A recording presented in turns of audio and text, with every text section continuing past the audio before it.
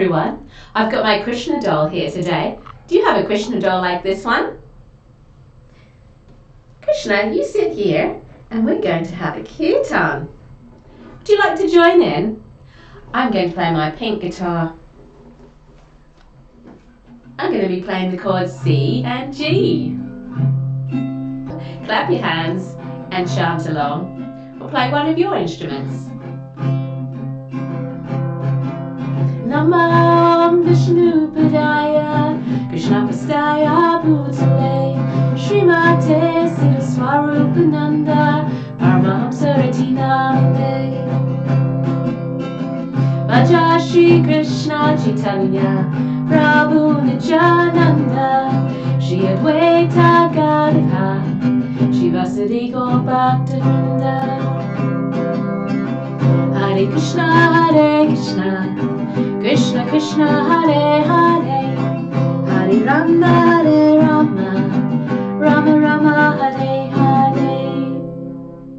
I'm going to sing a song now, and it's called Sweet Little Krishna. Why not try and sing along? The words are going to be on the screen. Sweet little Krishna, he's my friend. He's my friend, he's my friend. Sweet little Krishna, he's my friend. Hari Haribol. Sweet little Krishna loves his cows, loves his cows, loves his cows. Sweet little Krishna loves his cows. Hari Haribol. Sweet little Krishna plays his flute, plays his flute, plays his flute. Sweet little Krishna plays his flute. Hari Haribol. Sweet little Krishna, he's my friend, he's my friend, he's my friend. Sweet little Krishna, he's my friend. Hari Haribol. Well, we're going to be listening to the story of when Krishna met a very evil witch called Putana. And he was just such a tiny little baby. You'll hear at the end of the story how Mother Yasoda and Rohini bathed Krishna with the urine of a cow. The urine of a cow is very sacred. I'm going to be telling you all about that later. But first of all, let's listen to the wonderful pastime of Krishna of how he killed the evil witch Putana. After Krishna and Balaram had had their birth ceremony, Nanda Maharaj decided that it was time to go to Mathura to pay his annual taxes to the government of the evil king Kamsa. In Mathura he met with Vasudeva, who inquired about the two boys Krishna and Balaram. This inquiry by Vasudeva was because he was very anxious about the safety of Krishna, knowing that Kamsa and all his followers were trying to kill Krishna. After talking this way in a friendly conversation, Vasudeva mentioned to Nanda, "Oh, my dear Nanda, if you've already paid your taxes, please go home quickly to Gokula, as I am very worried about the safety of Krishna." Meanwhile, Kamsa was busy speaking to his ministers, and he called for the witch called Putana, who was expert in killing children. She knew the black art of killing very small children in sinful and ghastly ways. Kamsa ordered Putana to go to Gokula, the place where Krishna lived. Putana dressed herself as a beautiful woman, and she very easily entered the house of Mother Yasoda. She appeared so beautiful with flowers in her hair. She looked so beautiful because of her thin waist and her beautiful clothes. Putana, who was the killer of so many children, found sweet little baby Krishna lying in a small bed. When Putana looked at baby Krishna, she could understand that this was not an ordinary baby. But Krishna showed the nature of a very small baby and closed his eyes as if to avoid Putana. When the baby Krishna closed his eyes, Putana took him on her lap. She did not know that she was holding death personified. When Putana was taking baby Krishna on her lap, Mother Yasoda and Mother Rohini did not stop her, because she looked just like a demigoddess. But little did they know that she was a demon witch and had put poison on her breasts. When she picked baby Krishna up, she went to feed him her breast milk. Putana was hoping that as soon as baby Krishna took hold of her breast and sucked the milk, that he would die. But baby Krishna took the nipple in great anger and sucked the milk and sucked out her very life air. When Krishna was sucking out her very breath, Putana fell on the ground and her arms and legs spread out, and she began to cry, "Oh child, leave me, leave me!" She was crying loudly and sweating so much that her body became wet. As she died screaming, there was a terrible sound in all directions. People thought that thunderbolts were falling. Thus the nightmare of the Putana Witch was over, and she changed back into her real great body, which was 12 miles long, and she smashed all the trees to pieces underneath her huge body.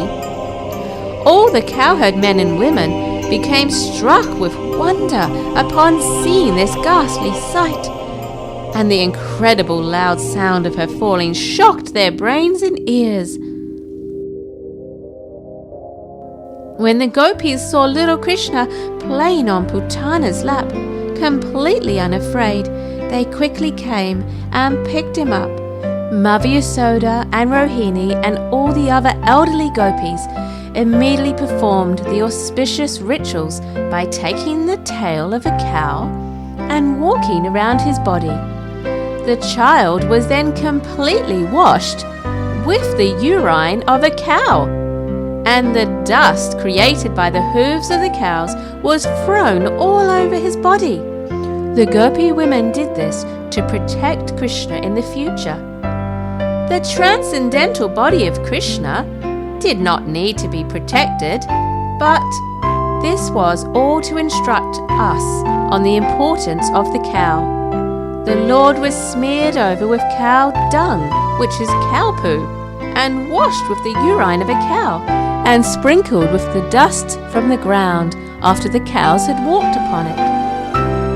After all the purificatory process, the gopis headed by Mother Yasoda and Rohini chanted the names of Vishnu to give Krishna's body full protection from all the evil influences. From this we can learn the importance and the sacredness of Krishna's cows. What do you think they did with the huge body of Putana? Do you know? Well, they cut up the body and they burnt it in a very big fire. But when all the limbs of Putana's body were burning, the smoke pouring from the fire created a really nice smell. And this smell was due to her being killed by Krishna. Because he sucked her milk, she was immediately purified, and her dead body attained a transcendental quality. Everyone in Vrindavan was very fond of Krishna, and as soon as they heard that Krishna had killed Putana, they came and offered their blessings with great affection. After the burning of Putana, Krishna's father Nanda Maharaj came home and immediately took baby Krishna on his lap after hearing about all of the things that happened when he was away, and he smelt his head. In this way, he was quite satisfied that his little child had been saved from the great calamity.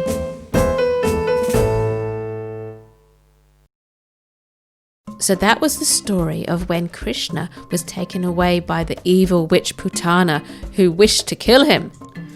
What did you think when I told you that after Krishna was picked up from the evil demon witch's body, Yasoda, his mother, completely washed Krishna with the urine of a cow? What's urine? Urine is wee.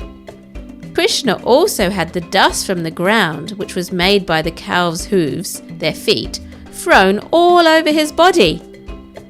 So when the cows were walking around, the gopi women would pick up the dust from underneath the cow's hooves and throw it over Krishna's body.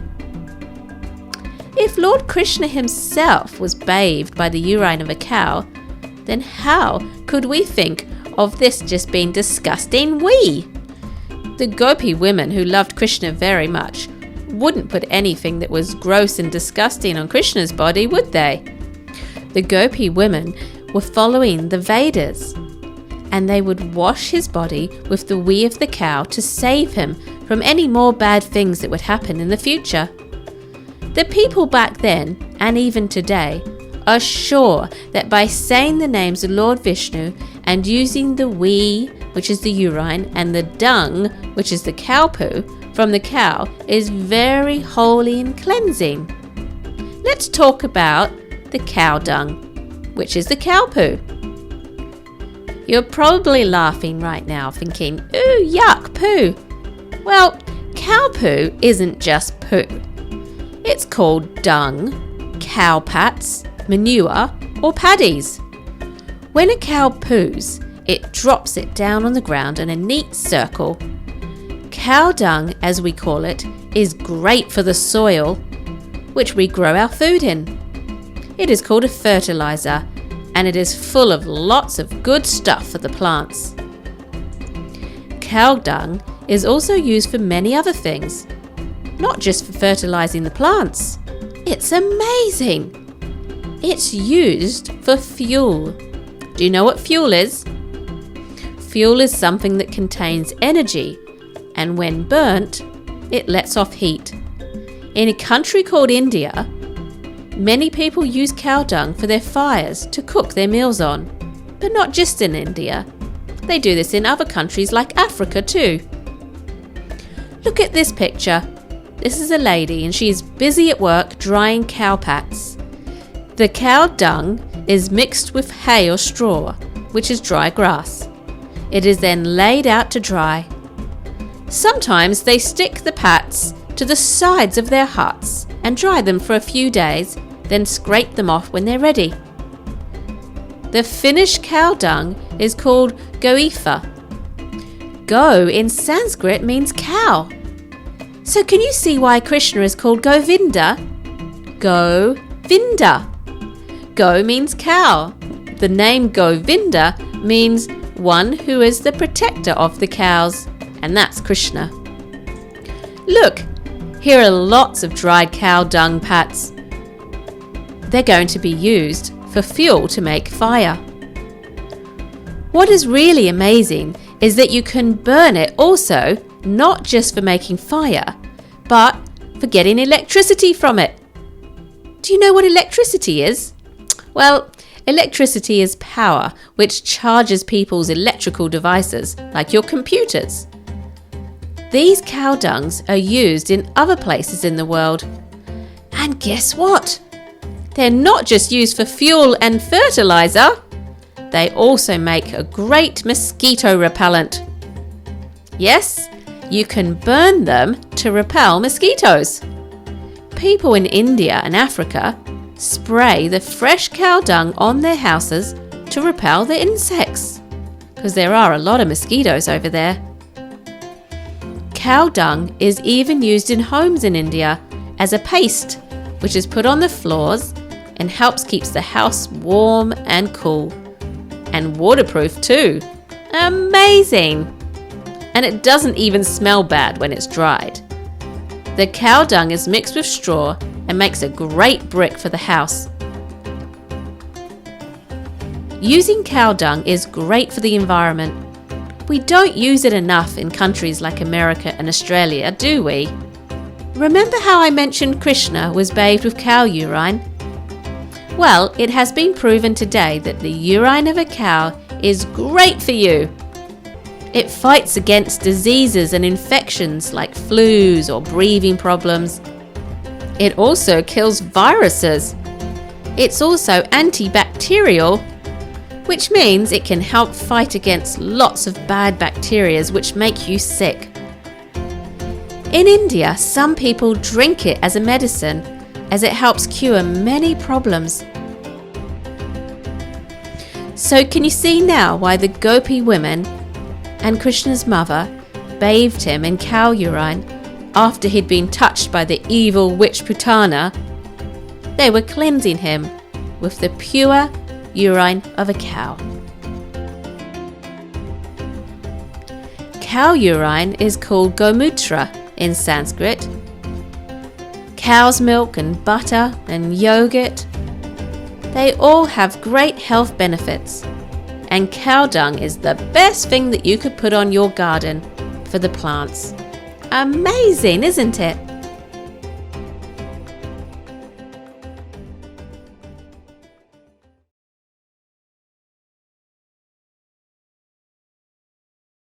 That was really interesting learning about the uses of cow dung, wasn't it? And cow urine. Cows are a very sacred animal and Krishna loves them very much. Do you have some cow toys at home? Here are two of my cow toys. Cow dung and cow urine is now being sold on the internet. People in India are packing it and selling it overseas. You can even buy some on eBay. The Hindi word for cow dung is gobar, because remember, go means cow. Cows are very sacred animals. In India, they do go puj, which is the worship of the cows. Let's have a look at some pictures of the people worshipping the cows.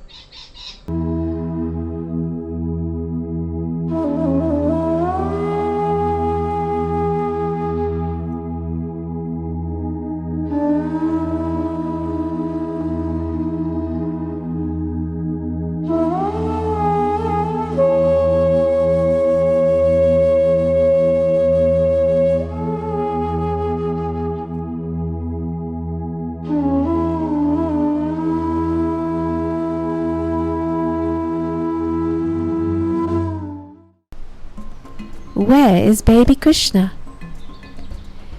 Mother Yasoda wants to put baby Krishna down for a sleep, but she can't find him. Maybe you might be able to help. Let's look for Krishna.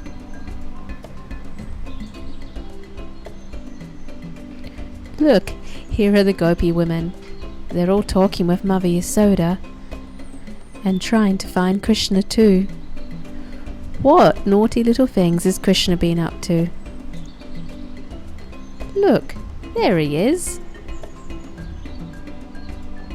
Look here in the river Yamuna. How many swans can you see? How many ducks can you see? I can see 4. 4 swans and 4 ducks. Is Krishna here too? Oh look, there he is. Wow, look at all the peacocks. They're all showing off their beautiful feathers. How many peacocks can you count?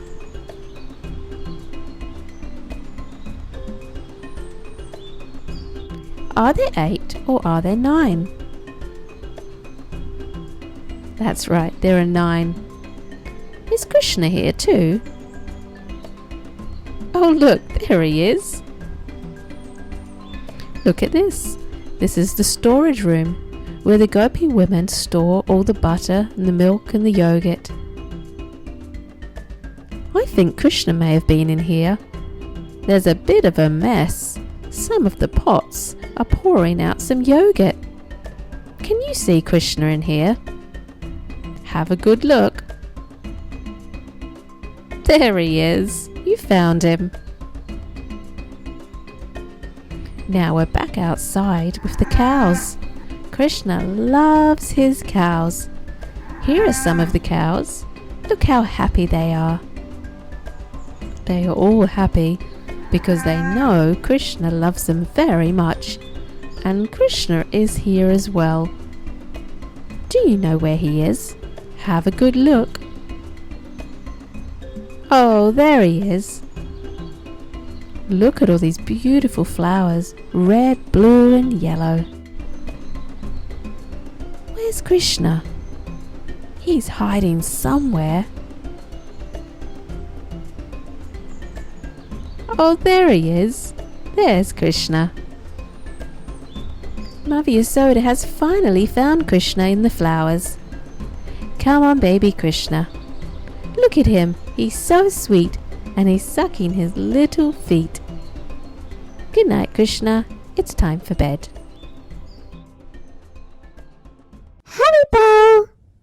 My name is Shymali. You haven't met me before. Shymali is the name of one of Krishna's cows. I'm going to tell you some fun facts about cows. Cows are so intelligent and curious animals, and they really enjoy solving problems just like you do. And they have very good memories. They can learn lessons too from each other, just like humans. For example, cows can learn how to push a lever to operate a drinking fountain when they're thirsty, or they can press a button with their heads to let all the grains come down when they're hungry. Much like humans, cows are very intelligent and vary greatly in all their personalities. They can be bold and adventurous and sometimes shy too. Cows have really good smell. They can smell from 5 miles away.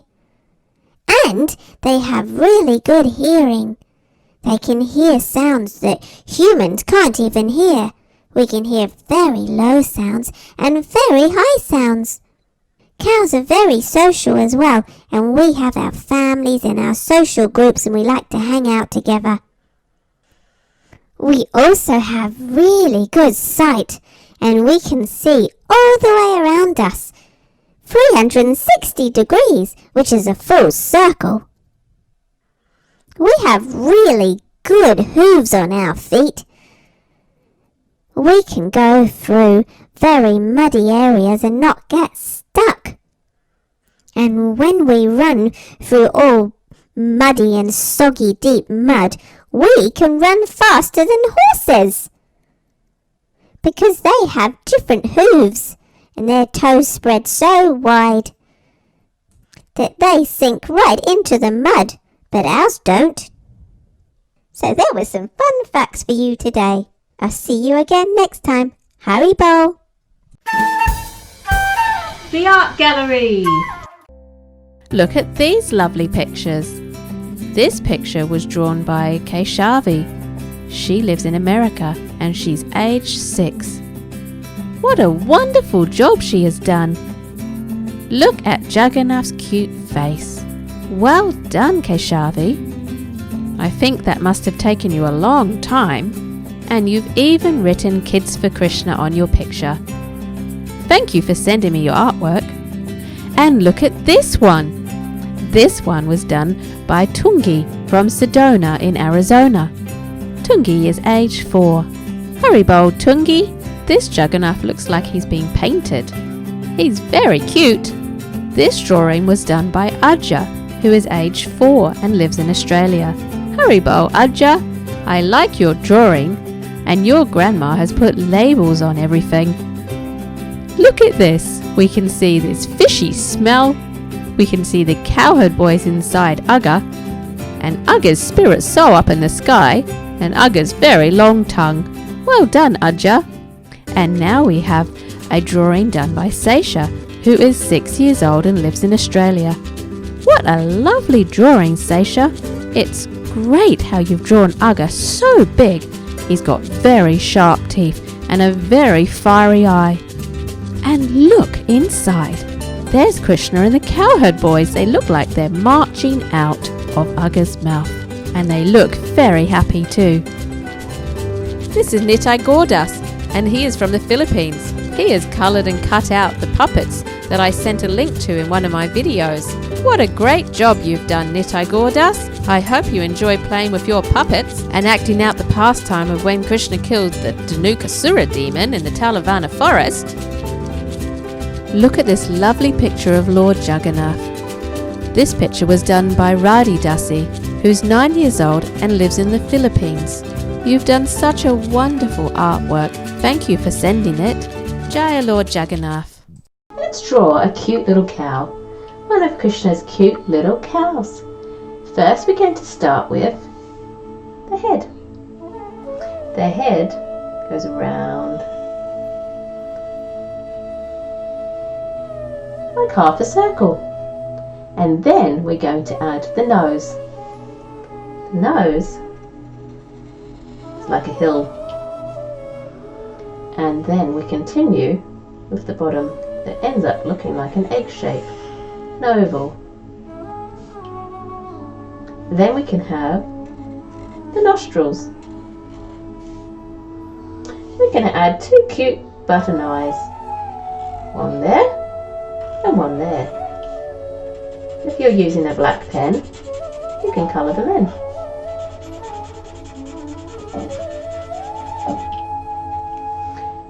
Now for the little horns. One there and one there. Now we can add those cute little floppy ears.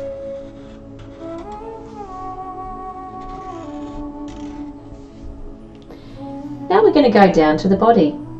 The body is going to be smaller than the head because we're doing a cartoon cow. So we come down to one little foot.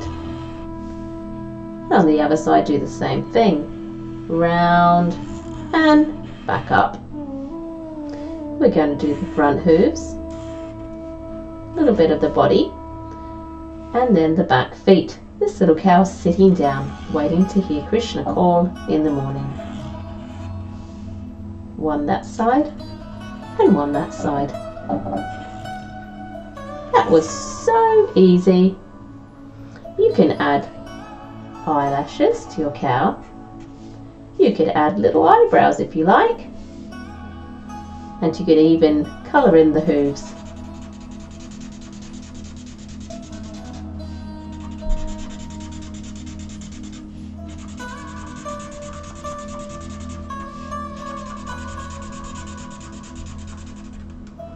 She's all ready to go.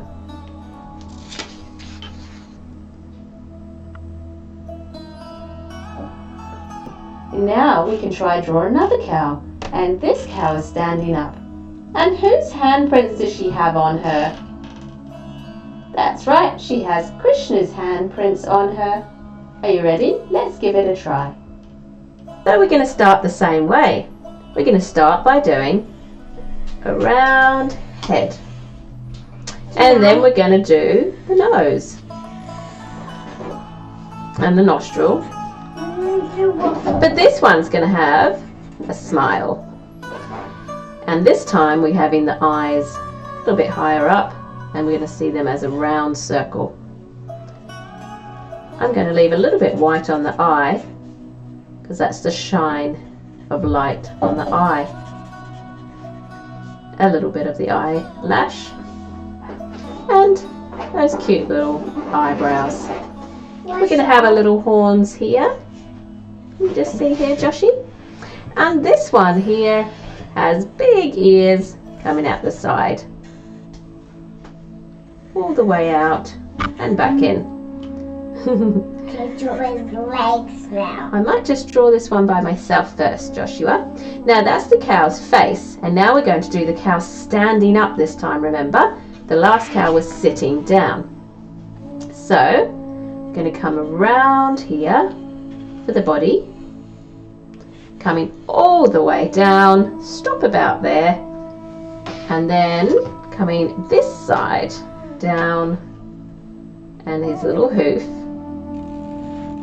and a little hoof here. And then we come around the base of the body. Now we're going to finish that little front leg there. A line goes at the front. You're just standing up like that. Yeah, he's standing up like that. And then the back of the body here. And this one's got a little udder, because this one's a mummy cow. And this is the back leg. Like so. And you can colour them in. Is there something missing, Joshua? Nothing. Nothing missing? Yes, there is. Why? A tail. And we come over here and we draw that tail. Just a leaf of that. It's like a leaf. Yes, the tail is like a leaf, isn't it? And we might even want to do Krishna's little handprint. So we've got our thumb and the fingers. Krishna has printed his handprints on the cow. His little thumb Those little fingers.